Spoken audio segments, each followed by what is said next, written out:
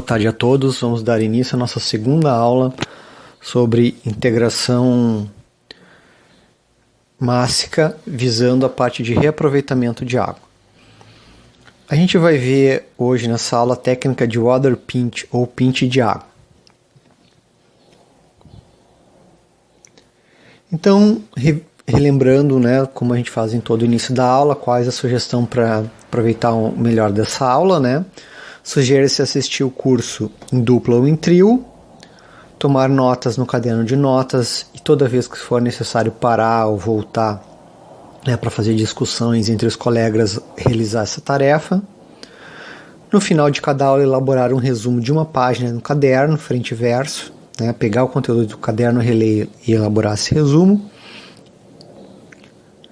Então, nesse resumo pode ser elaborado em dupla, em trio, baseado nas notas do caderno, consultando todas as anotações que foram feitas ao longo da aula no caderno, De preferência elaborar esse resumo em conjunto, discutindo o tema.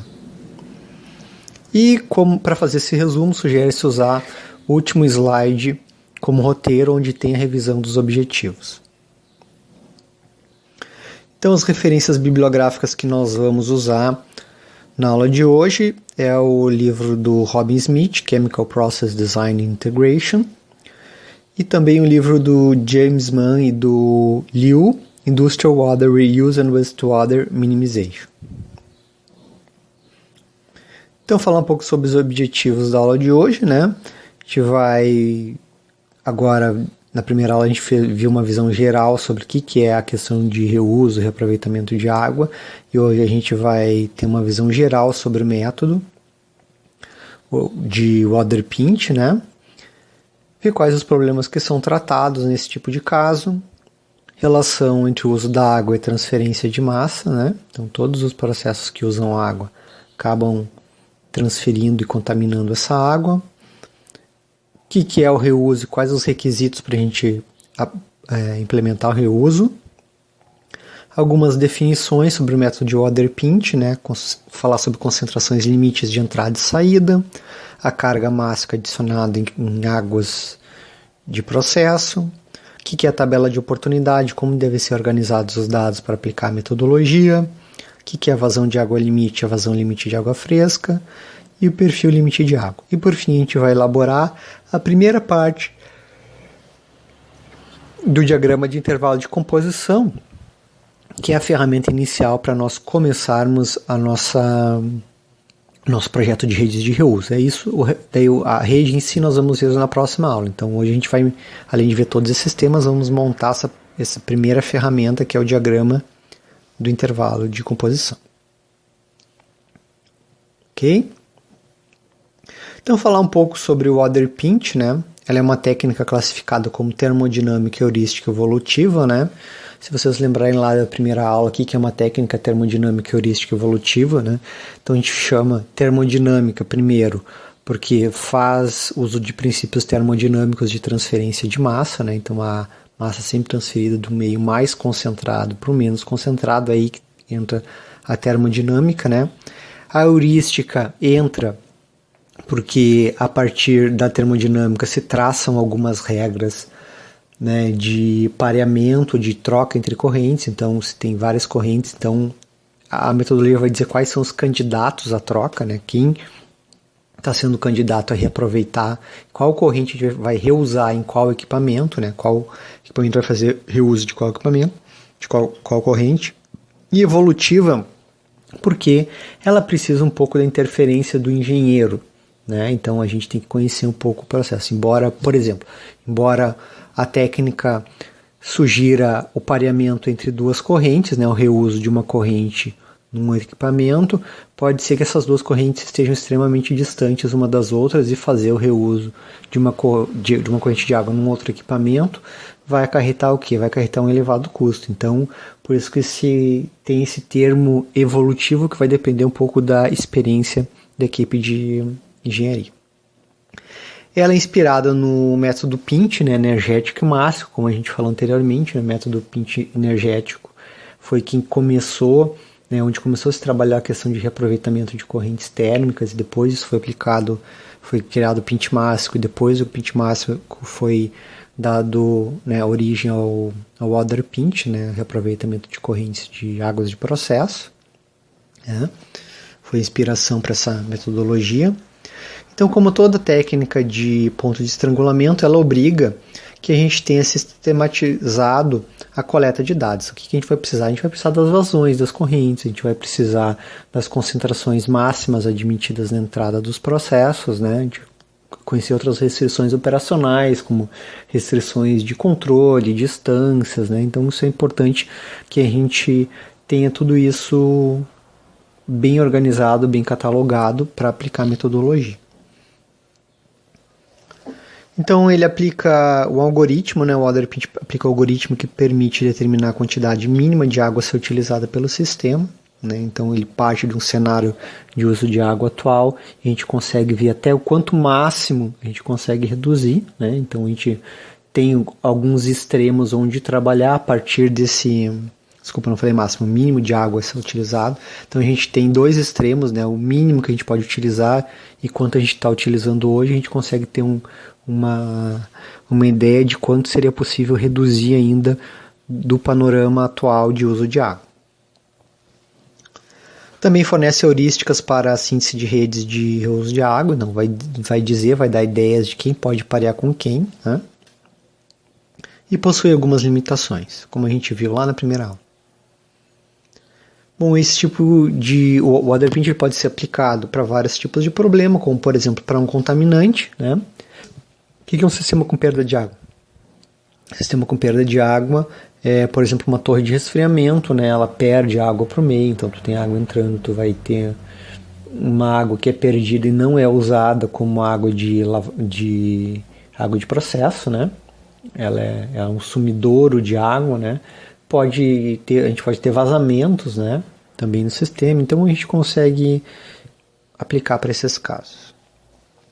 Casos com regeneração também, né, onde a gente tem um equipamento intermediário que melhora a qualidade da água, né, se vocês forem na aula anterior, a gente vai ver também, vai ter lá esses conceitos, o que é regeneração, reuso, enfim, né, então também regeneração reciclo, né, também pode ser usada essa técnica. Múltiplos contaminantes, né, então a gente tem caso de um contaminante só quando a gente tem um poluente na água, múltiplos contaminantes.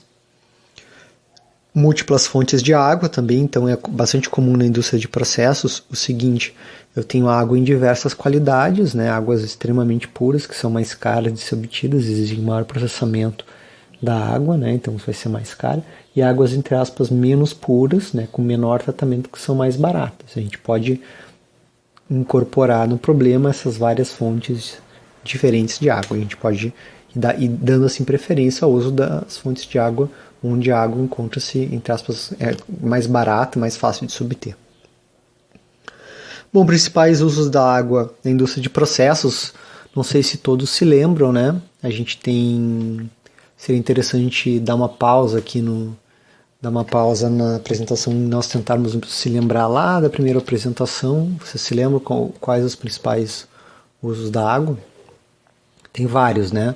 Por exemplo, como meio racional, né? A gente pode usar, né? Na fase líquida, na fase vapor, extração, né? Lixiviação é usado também bastante, principalmente indústrias de minérios usa bastante como lixiviação, né? Que mais? Stripping a vapor, né? Para fazer absorção, stripping, né? Usando a água. Ejetores, né, para produção de vácuo, geralmente se usa vapor. Lavagens, né, agências de transferência térmica, né, como troca de calor, usado como correntes quentes, correntes frias. Uso, no caso doméstico, dentro da própria indústria, que geralmente as indústrias têm banheiros, né, áreas de uso comum. E o que as operações têm em comum? Vamos tentar ver o que, por exemplo, uma lavagem tem em comum com uma extração, por exemplo. Então, o que se tem de comum? a água entra em contato com alguns materiais, né, e acaba se contaminando, acaba ocorrendo uma transferência de massa do contaminante, né, desse contaminante que está naquele meio para a corrente de água e acaba, entre aspas, sujando essa corrente, certo? Então o que nós temos aqui? Vou botar aqui então. Então o que nós temos aqui? Nós temos uma corrente que chega de água, por exemplo, de água pura, né? Ela alimenta o processo, né? E ao longo do processo, do uso do processo, vai sendo transferido uma massa de poluente para a corrente de processo. Então aqui poluente sendo transferido, certo? E o que acontece quando essa água chega no final do processo? Ela está com uma concentração maior que ela entrou, ela está com um certo nível de contaminação. Quanto vai ser esse nível? Vai depender desse processo aqui, né? Do tempo de contato, de vários parâmetros, né? Mas a ideia é que a água chega numa concentração inicial e sai numa concentração final. Certo? Em relação aos contaminantes, tá? Quem são esses contaminantes que vão sendo transferidos para a água? Vamos pensar o seguinte, a gente pode ter um sal, por exemplo, que é transferido, por exemplo, a uma substância que a gente sabe que tem poder contaminante, como amônia, um orgânico, como fenol, por exemplo, né? Então pode ter origem orgânica ou inorgânica, mas esses contaminantes podem ser propriedades médias também. Né? O que são as propriedades médias? São propriedades médias referente à presença de contaminantes, né? Então, por exemplo, pode ser DBO, DQO, né? Não existe o contaminante DBO, que é demanda bioquímica de oxigênio, demanda química de oxigênio. Não existe esse contaminante, o DBO e DQO isso vem de uma série de contaminantes que estão presentes, né? Que vão ser degradados quimicamente ou biologicamente. Então, um conjunto de contaminantes, isso vai gerar uma propriedade média que dá uma ideia de quão contaminada é a água, que é a DBO e DQO.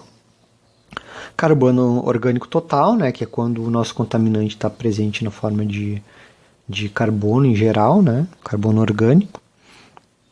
Sólidos suspensos, né, sólidos de suspensão, turbidez, que são propriedades médias que relacionam a passagem da luz, a cor da substância, né, da solução, né, entre outros. Então a gente tem que pensar o seguinte, que não necessariamente nós estamos trabalhando com contaminante puro, mas podemos estar trabalhando também com propriedades médias. Certo? Então vamos pensar assim, o que eu reuso então? Eu chego com uma quantidade de água, né, com uma determinada concentração, certo? Concentração de entrada, e contamino essa corrente aqui, né, com massa do meu contaminante ou da minha propriedade média, entre aspas, né, e eu tenho uma água saindo com uma concentração mais concentrada, certo? Essa concentração aqui pode ser relativamente baixa, por exemplo, pode ser uma concentração de 50 ppm, por exemplo, ppm, né? E essa concentração pode ser relativamente baixa, de forma que pode ser aceita, né, essa corrente de água como forma do solvente ser utilizado nesse próximo equipamento. Então aqui vai ter uma outra transferência de massa de um segundo contaminante do processo B. Okay? Então isso que é, digamos, o reuso de água, né? Reuso, reaproveitamento de água. Mas no caso aqui a gente tem um caso bem simples, onde nós temos só 2 equipamentos, mas nós podemos ter dezenas de equipamentos, onde a gente vai dizer quais são os melhores candidatos de reaproveitamento dessa água aqui, né? Dessa água aqui, nós vamos escolher qual é o melhor candidato, né, que não necessariamente vai ser esse equipamento, pode ser um outro equipamento. E o que a metodologia Water-Pint vai dizer? Vai dizer quem é esse melhor candidato. Ok? Então ficou bem claro a questão da transferência de massa de um contaminante para uma corrente de água.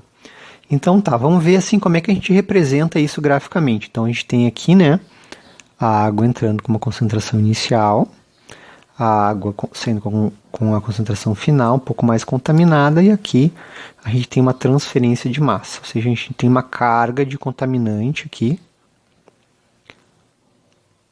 carga de contaminante sendo transferida do equipamento para a corrente de água. Como é que a gente representa isso graficamente?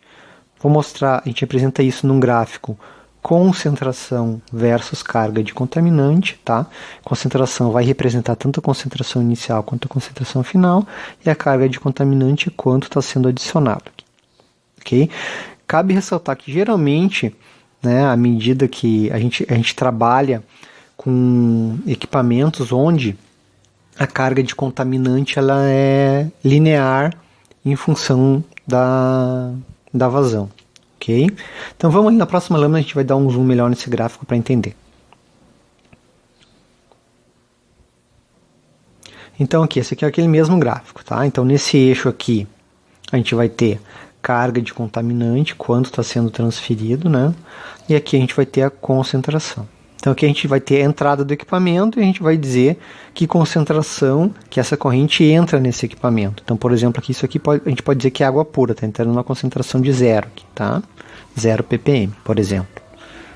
Concentração na unidade ppm, certo? Depois que a água se contamina, né? É transferido massa para dentro do equipamento para a água, o que vai acontecer? Quando ocorrer essa transferência, a concentração final vai ser maior, né? Então aqui vamos colocar aqui, ó, Cout, que é a concentração de saída, certo? E ao longo do processo ocorre a transferência de massa. Então, se a gente fosse marcar a concentração de entrada e a concentração de saída, né? E a gente conhecer a carga de contaminante que é adicionada, né? Então a gente representa isso através desse gráfico. Então a transferência de massa ocorre nesse sentido, ok? Então aqui digamos, essa variação no eixo X, né, que é a carga de contaminante, na verdade ela é uma variação relativa, é um delta C, um delta M, ou seja, um delta de massa que é adicionado. Então ela pode estar, essa linha aqui, essa inclinação aqui, ela pode estar mais deslocada para a esquerda ou mais deslocada para a direita, desde que a concentração inicial e a final seja a mesma. Então, em relação à carga de contaminante, né, a variação de massa, a posição no eixo X para a esquerda ou para a direita, ela é relativa. A única posição que não é relativa que são as concentrações. Essas sim, elas são absolutas, certo? Então, se essa curva tivesse deslocado um pouquinho mais para esse lado, desde que a concentração final fosse a mesma, também representaria a mesma operação de transferência. Ok? Então aqui está o processo A, né? Então, como a gente viu, a água chegando com uma concentração e saindo com uma outra concentração, ocorrendo um ΔM aqui, né? Aqui é a carga de contaminante sendo adicionada, vamos chamar de ΔMA, que é do processo A. Aqui a gente tem ΔMB sendo adicionado, né? Então aqui a corrente que sai do processo A sendo reaproveitada no processo B, né? E se a gente tiver 3 processos, como é que nós representaríamos? Representaríamos assim, ó. Então, esse aqui é o processo 1, por exemplo, né? Então, vamos colocar uma escala relativa aqui. Vamos dizer que aqui é 100 ppm, aqui, vamos dizer que aqui é 120 ppm, e aqui em cima, nesse último ponto aqui, vamos dizer que nós temos 200 ppm. Então, o que esse gráfico aqui está dizendo? Quer dizer que na operação 1, né, a água entra na concentração inicial de 0 ppm e vai até 100 ppm. Ela é reaproveitada na operação 2, que está a operação 2, tá? Então, e essa operação 2 adiciona contaminante, né, que faz a concentração ir de 100 a 120 ppm, né? E na operação 3, que está aqui, operação 3, né? Então tem uma adição de contaminante também que faz com que a carga de poluente entre a 120 e saia a 200 ppm, aqui. Então, o ΔM do processo 3 é esse aqui. O ΔM do processo 2 é esse aqui. E o ΔM do processo 1 é esse aqui, certo? Então, esse aqui que é o ΔM do processo 1. Então, revisando, o processo 1 recebe água pura, 0 ppm, contamina até 100 ppm. Né? Então, essa água é usada no processo 2, que recebe essa água 100 ppm, porque ele pode usar essa contaminação, contamina com a carga ΔM2 até 120 ppm, né? E esse efluente que está a 120 ppm é usado como uma corrente para reaproveitamento na operação 3, que adiciona uma carga ΔM3, e vai deixar essa corrente com a corrente final concentração de 200 ppm, aqui, desse lado. Certo? Então, mais ou menos assim que nós representamos graficamente. Nessa aula nós não vamos explorar muito essa questão gráfica, tá? Mas na próxima aula nós vamos ver algumas interpretações, alguns dados importantes que a gente tira quando a gente representa assim nossas operações. Certo? Então, com o equipamento, né? A gente representa assim, então cada equipamento tem uma inclinação, né? Então aqui é um equipamento, né? Cada equipamento tem ΔM aqui, ó, ΔM dessa operação aqui, essa aqui, o ΔM é essa é essa aqui. Então, por exemplo, a concentração inicial aqui da operação 2 é essa, a concentração final é essa, o ΔM é aqui. 2, ou seja, quanto a operação 2 adicionou de poluente. E aqui o ΔM3, né? Um pouquinho não está riscando.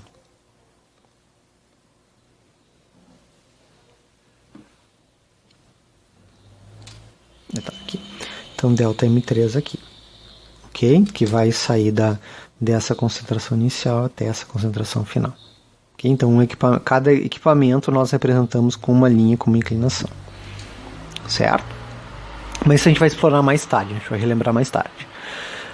Vamos ver o seguinte, o que nós desejamos com o reuso? Vamos pensar. A gente quer reduzir o máximo do consumo de água nos equipamentos de processo. Então, tem 3 equipamentos, em vez de usar água pura nos 3 equipamentos, eu vou permitir que num dos equipamentos eu utilize a água com uma certa quantidade de contaminante, com isso eu consigo reaproveitar a água de um outro equipamento, de um efluente de um outro equipamento. Certo? Então, eu tenho limite para fazer essa redução, né? Quando eu reaproveito muito água, quando eu faço muito reuso, né? O que acontece? Eu posso levar a problemas operacionais, que eu reduzi muito o uso de água, quer dizer que por uma taxa constante de contaminante que os equipamentos adicionam na água. Então, cada vez se a taxa de adição de contaminante é constante, quanto menos água eu usar, mais concentrada vai ser essa água. Então, essa água concentrada, quando for ser reaproveitada no próximo equipamento, pode dar problema operacional nesse equipamento. Então, isso tem que ser respeitado, tem que ser considerado quando se faz isso, certo? Outra coisa, a gente só pode ter reuso se um dos equipamentos permite uma determinada contaminação. Se a gente quiser dizer, se os nossos equipamentos são muito sensíveis e exigem somente água pura, água com alta pureza, bom, daí o efluente de outros equipamentos que geralmente tem alguma contaminação, não vai ser possível fazer esse reaproveitamento, né? E quem vai dizer isso? Geralmente a experiência dos engenheiros, dos operadores, dos fabricantes, que vão dizer qual o nível de contaminante, né, que pode ser permitida na entrada dos equipamentos, né? Então a gente tem aquele dilema, né? Então quando a gente fala em reuso, a gente diz qual a pior água que o meu equipamento pode usar, até que limite de concentração de poluente que meu equipamento pode admitir na sua entrada, de forma a não comprometer a sua operação, né? Não comprometer a segurança do processo, por exemplo, né? Não ter nenhum comprometimento ambiental também, né? Então isso aí vem um pouco da especificação do fabricante, da experiência dos engenheiros e dos operadores que trabalham há mais tempo nesse processo.